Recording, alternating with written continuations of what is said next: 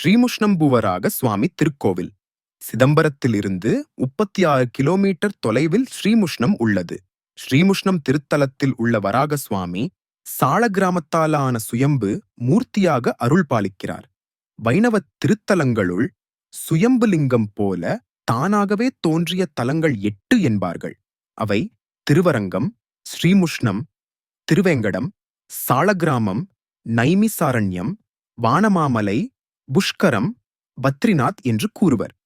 இதில் தனிச்சிறப்பு வாய்ந்தது கடலூர் மாவட்டத்தில் அமைந்துள்ள ஸ்ரீமுஷ்ணம் திருக்கோவில். முஷணம் என்றால் நமக்குத் தெரியாமல் அபகரித்துச் செல்லுதல் என்று பொருள். இந்த திருத்தலத்துக்கு வரும் அடியார்களின் பாவங்களையெல்லாம் அவர்களுக்கே தெரியாமல் இவ்வூர் அபகரித்து விடுவதால், முஷ்ணம் செய்வதால் இவ்வூர் ஸ்ரீமுஷ்ணம் என்று பெயர் பெற்றது. பெருமாளின் 10 அவதாரங்களில் சிறப்பு வாய்ந்தது வராக அவதாரமாகும். மகாவிஷ்ணு வராக காட்டுப்பன்றி அவதாரம் எடுத்து இரண்யாட்சன் என்ற அசுரனிடமிருந்து பூமியை மீட்டார்.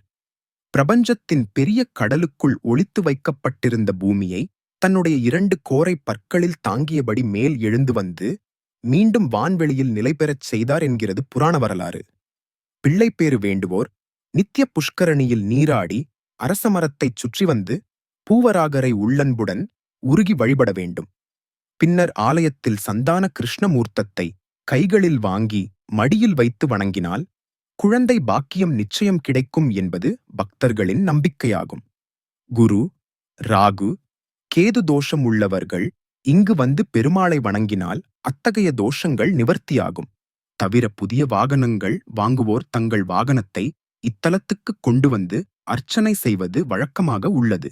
இதனை வாகனம் படைத்தல் என்று கூறுகிறார்கள். தவிர விபத்துக்குள்ளான வாகனங்களை பழுது பார்த்து பின்பு இங்கு கொண்டு வந்து பூவராக பெருமாளிடம் வழிபட்ட பின்னரே ஓட்டுகின்றனர். அதனால் பூவராகர் தங்களை உடனிருந்து காப்பார் என்று நம்புகிறார்.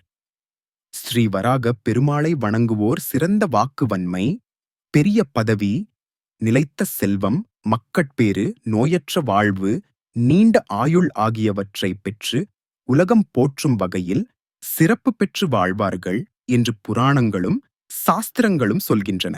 இது போன்ற நல்ல பதிவுகளை அறிய இந்த சேனலை சப்ஸ்கிரைப் செய்து லைக் செய்ய எண்ணுங்கள்.